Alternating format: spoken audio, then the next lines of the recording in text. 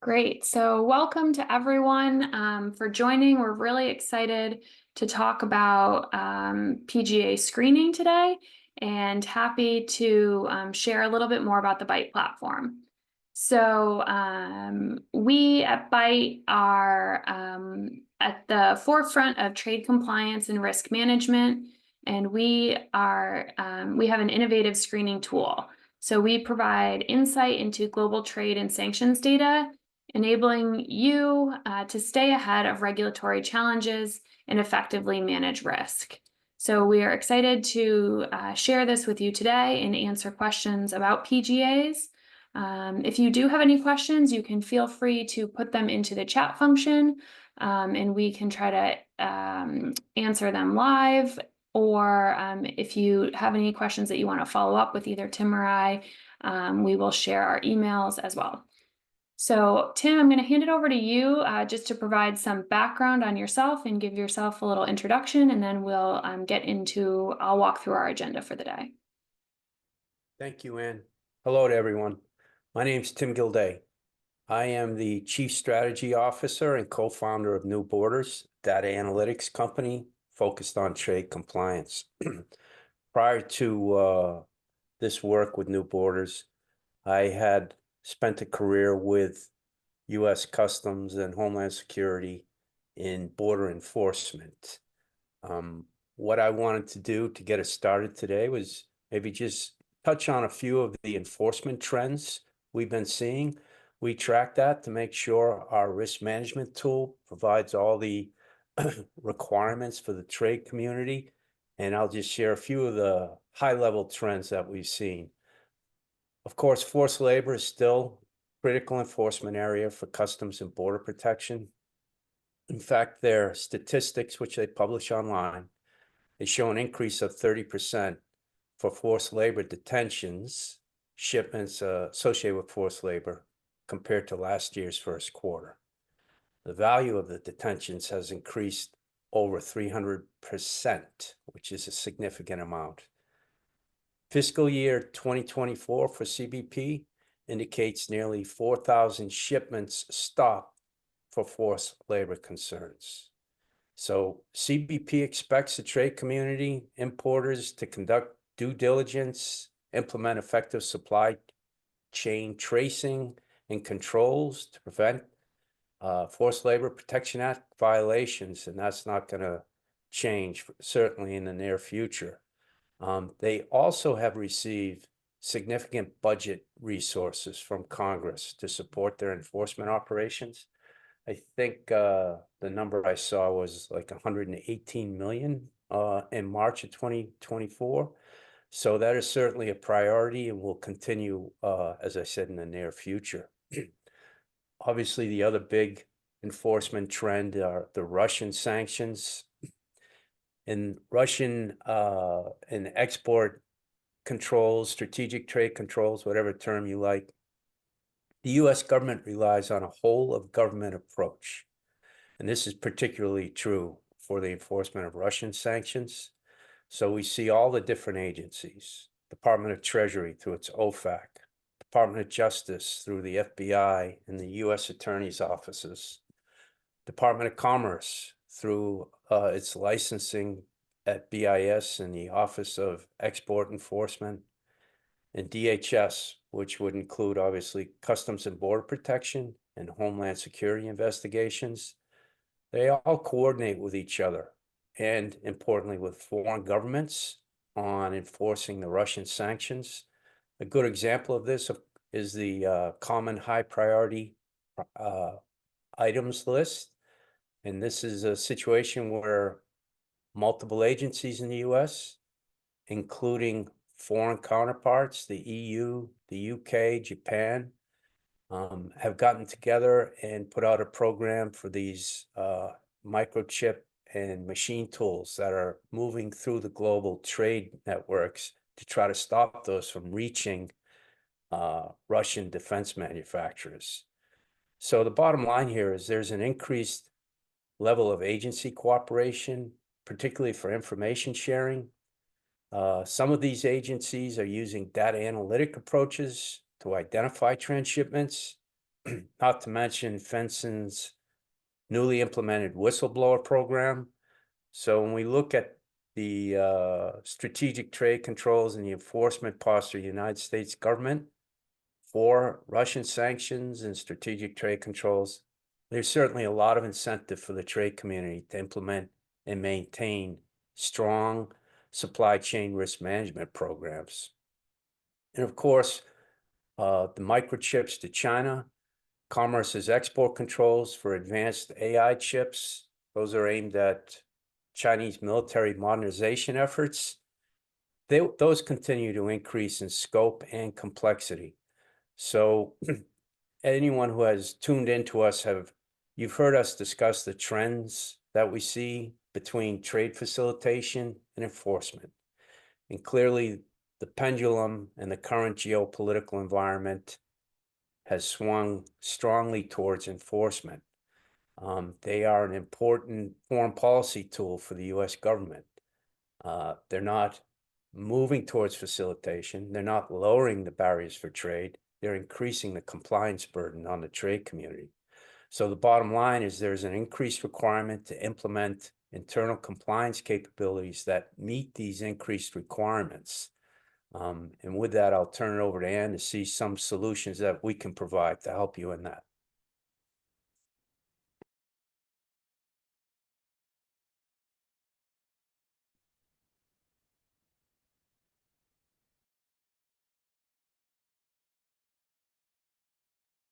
You're on mute, Ann. I'm on mute. Thanks, Tim. So just saying thank you, and just to provide some context to everyone, although today's focus is PGA codes and flags, and we will get to that, we do like to start all of our webinars with some industry trends and recent news, just to help our participants stay informed and open that door in case there are any questions on that topic as well. As I said, we are talking about PGA codes and flags today. So actually, Tim, I'm going to throw it back to you to take us through understanding PGA codes, what they are, and the various flags. So I will go ahead and share my screen and let you take it away. Thanks, Ann. So some of our participants will have a very strong understanding of PGAs and what the roles of the partner government agencies play. Others might be new to the concept. So we thought we'd just put up this schematic and just briefly cover the terms that we're using and how they fit together. So at the bottom, you see the foundational concept of the International Trade Data System. This program establishes a single window for all data required by government agencies for trade transactions. It's coordinated by the Border Interagency Executive Council, BIEC, an interagency working group established by Executive Order 13659. It's a government-wide initiative to eliminate multiple redundant data collection steps by allowing companies and customs brokers to submit their information once in a single IT system. The single window approach provides greater efficiencies to the trade community and government agencies by reducing transaction costs. ITDS relies upon ACE, the automated commercial environment, as the backbone for these automated efficiencies. This executive order has been around for 10 years now, 13659, and its title suggests what the purpose of ITDS is: streamlining the export-import process for America's businesses. So they want to create efficiencies, reduce redundancies, and eliminate the burden on the trade community. It also provides a number of efficiencies for the different government agencies involved. So that's the foundation.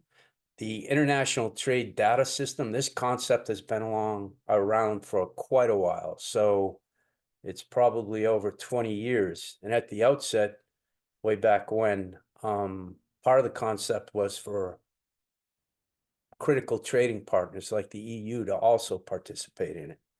It was very ambitious in its intent at the beginning, but currently it's focused on providing those efficiencies, eliminating redundancies for the US for the US agencies and companies. So that's the foundation. Now we see there are partner government agencies as you move up the pyramid. There are 48 agencies participating.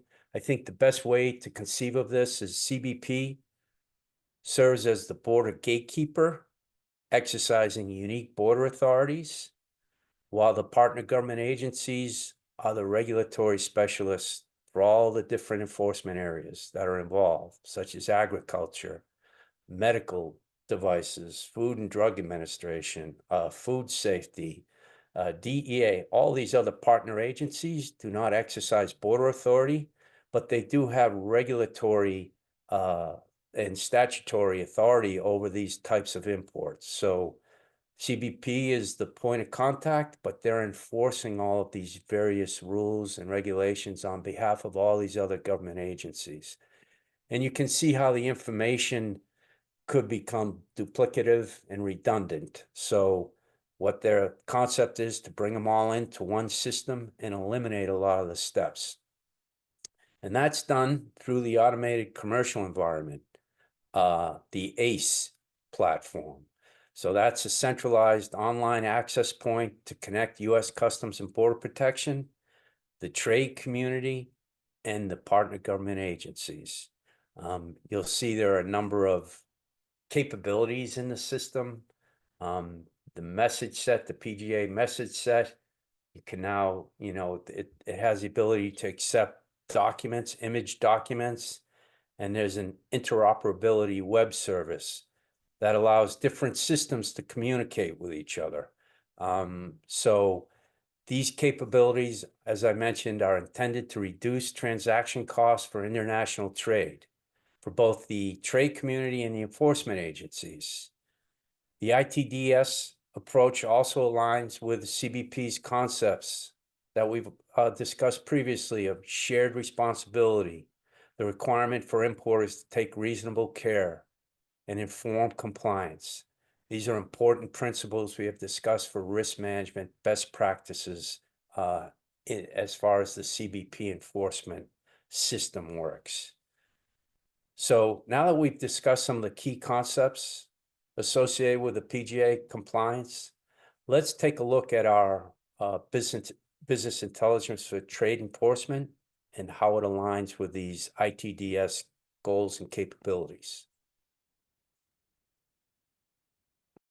Thanks for that background, Tim. I haven't seen any questions come in yet, so I will just jump right into the demonstration and use case. So heading over to our website, I will log into BITE just directly from the website.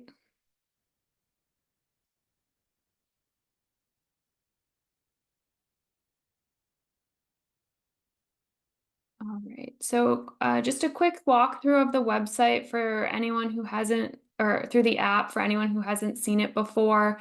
There are a number of features, and we recently did do a redesign of a few modules. So I'll just quickly walk through those before I get into the use case. So we have our new screening module, and this is a really simple screening tool. So this runs across all of the data within the application. So you can come here and quickly search for an entity. And it runs across, as I said, all the data in the website, and you can see we have 186 results. These are all downloadable, and I will get to the filters later, but we can, in the use case, but you can also pick and choose which lists you're screening against. We have bucketed them for you for ease of use, but you can also select specific lists as well. Then in addition to entities, we also have the ability to search on products using the same screening tool. So I clicked over to products, and again, I can put in a product description, getting 615 results, or I can also put in an HS code. So in this case, just going along the same lines as olives, I can put in an HS code and see those results. Again, I will demonstrate the lens when we get to the use case. There is also some cyber data in here. So these are different various cyber vulnerabilities in notorious markets known for counterfeit items. So you can, again, search on against any of those. And then we have our bulk module. So like screening, it runs across all of the data in the app, and you can upload a CSV that includes people, companies, products, HS codes, and get returns in an Excel format. We also have our BITE GPT module. So BITE GPT is an OpenAI integration, and you can ask it trade or compliance related questions. It crawls across all of the data sets within the app, as well as goes out to the internet for open source information. So a good use case here is, what do I do if I find a PGA flag on my commodity? You can also put the flag in and have it search. Our BITE Vault is a paperless audit trail. So as you do your searches and you're doing your compliance checks, you can save those as cases in your vault. They are then searchable. And so that keeps track of your due diligence efforts. So with that, I'm going to just give you a little bit more background into the data in the app as a whole. So we have the data bucketed into some specific data modules that you have access to in the app, and these are what feed that screening tool. So we have our watch list, and the watch list is official global restricted party screening list. So these are government issued, and we have over 350 of them. Then we have our BITE list. So the BITE list is broken down into a few different categories here. So we have PEPs, some beneficial ownership data. Then we also have ESG and forced labor. So these are not necessarily officially watch listed entities, but they are higher risk for either ESG violations or forced labor violations. As you can see, we have a lot of the Sheffield Hallam lists in here as well, knowing that CBP is looking at those. And then finally, we have the BITE list, which is our proprietary list that these are transshippers and other high-risk entities that we've listed here to help you stay ahead of the compliance curve. So whenever anything's listed here, there is a reason for listing and additional remarks that outline the investigative notes behind the entity. So all of that is available within these data modules. And then the watch list and BITE list are both entity focused, whereas our trade protection module is commodity focused. So here we have a number of, well, first we have in a simple HS code lookup. We've also included the combined nomenclature for our EU clients, and then we have Schedule B as well. We've also mapped commodities to their controls. So here we have sensitive technology filter.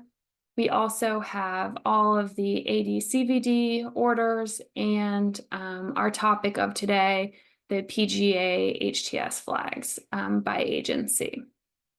So if you are curious to explore them, you can click and see the various HS codes and product names associated with each of these lists. So in this case, I'm on the FDA's. And again, this is all, you can export all of this as well. So these are our data modules. And as I said, all of that is brought together into the screening tool. So there is quite a lot of data in here. You can, sign in and look around it. But in this case, we want to really hone in on the PGA flags. And so I'm going to go back to our screening tool. And as I said, this is a new addition to the app. So if you have seen this before, this is something new.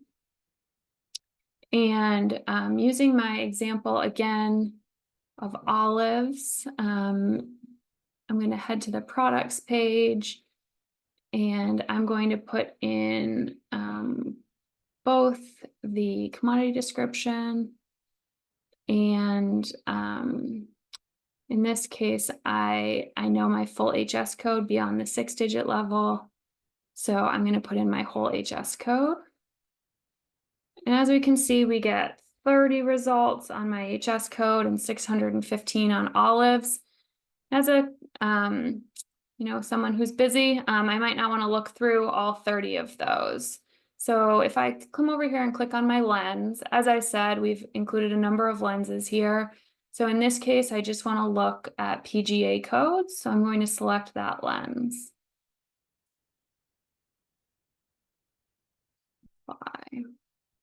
So as you can see, both of my results are cut in half. So I can open up the results from my HS code. Oops. And take a look and start to see. So I can open each one of these records. In this case, it's a USDA flag through the Agricultural Marketing Service. And then down here is the name code, the flag, and the program code. So as I said before, this is a good use for BITE GPT. You can copy this and put it into BITE GPT and ask what it means. In this case, I've seen this one a lot, so data may be required if I'm claiming that they are organic olives. So each one of these records will have a different, that's the one I opened last time, will have a different PGA program code or a different flag code. So all of those are available, and we can see in this case there are quite a few from FDA as well. Clearance, prior notice for clearance. So Tim, if you want to just if you want to speak any more to this information and what it's providing the user. Sure. There's a lot of different agencies, as we said, 48. They may have overlapping jurisdiction on certain commodities. So in order to quickly make these determinations, we brought all the data into one place for the PGAs, but it's also co-located with all the other types of filters that we have implemented in the system. So for strategic trade controls, anti-dumping duty orders, as Ann was showing us, all of these different enforcement programs that are operated by either the European Union or the United States, it's all captured here. We also provide the capability where you can narrow down what you're interested in, as Ann showed us. So you could see one PGA code might go under a number of other agencies' responsibilities, but perhaps you're only interested in agricultural controls on that. So we have that ability for you to winnow it down and to be more efficient in finding what you're looking for. And that's the approach here, is to bring all the diverse information for all these controls, imports and exports, into a very efficient platform. And that's what we continuously work at, to make it more efficient and more relevant. And we have perhaps, I would say, the most comprehensive number of controls and systems in place in here. So if it's something you want to know on a quickly, when you look up a commodity or an entity, it's going to be in here and it's going to be at your fingertips, and you can quickly move that into a paperless system to capture results so that you have an audit trail of what you did at what time. Thank you, Ann. Thanks, Tim. So yeah, I did just, while you were talking, add another lens here. So I know we're talking about PGA codes today, but I just added AD/CVD, and got additional hits there on my olive. So to Tim's point, we have brought a lot in here, but want to make it very flexible and user-friendly so that you can pick and choose what you're running against. So I'm going to remove my AD/CVD and just again show you don't have to only put in like a commodity description and an HS code. So if you have a few items in an import that you're bringing in, for example, if I'm importing some chemical type products, I can put in both HS codes at one time and then again open up the results. And in this case, this is has DEA flags, EPA flags, FDA flags. So obviously that would require some additional paperwork probably. And then again, for this one, a DEA and an EPA flag. So if I do take that flag off for PGA codes, then I would get a more in-depth view of what may be applicable. So in this case, it would also apply to Section 301 if it was coming from China. So again, just really easy to toggle on and off those flags, hone in. As I said before, if you specifically want to look at a list and you don't want to use the lenses at all, you can just come in and click that list and see the results associated with that specific agency within the PGA flags. And then, as we said, you can then save your results, download those, and save them into your vault for audit purposes. We also, just in terms of additional resources that we have available to the trade community, on our website, we do have a resources tab. So here we have a blog, our podcast. We do have use cases as well. So if we went too fast on the lenses today, or you want to revisit this, we do have a number of use cases here for different industries that focus on various topics. Forced labor, one that is on PGAs, is coming out within this week. So those are available always to anyone as well. And then we also have our BITE U. So the BITE U, I will show in the app, and this comes with the enterprise license. But these are both how-to guides within the app and also industry training. So these are kind of just 101 courses, so you can share them with new people that you're bringing on your team, or if you're trying to understand more of forced labor and the changes around UFLPA, you can take a look at that course there. Finally, we have, going back to our website, we do have a YouTube channel. So these are all available on our YouTube channel. Previous webinars, our podcast, and other use cases are all available on our YouTube. And we have a newsletter where we provide updates, whether it be industry updates like Tim went through at the beginning of the call, or data updates as well. So that is all available if you'd like to sign up through our website for the newsletter.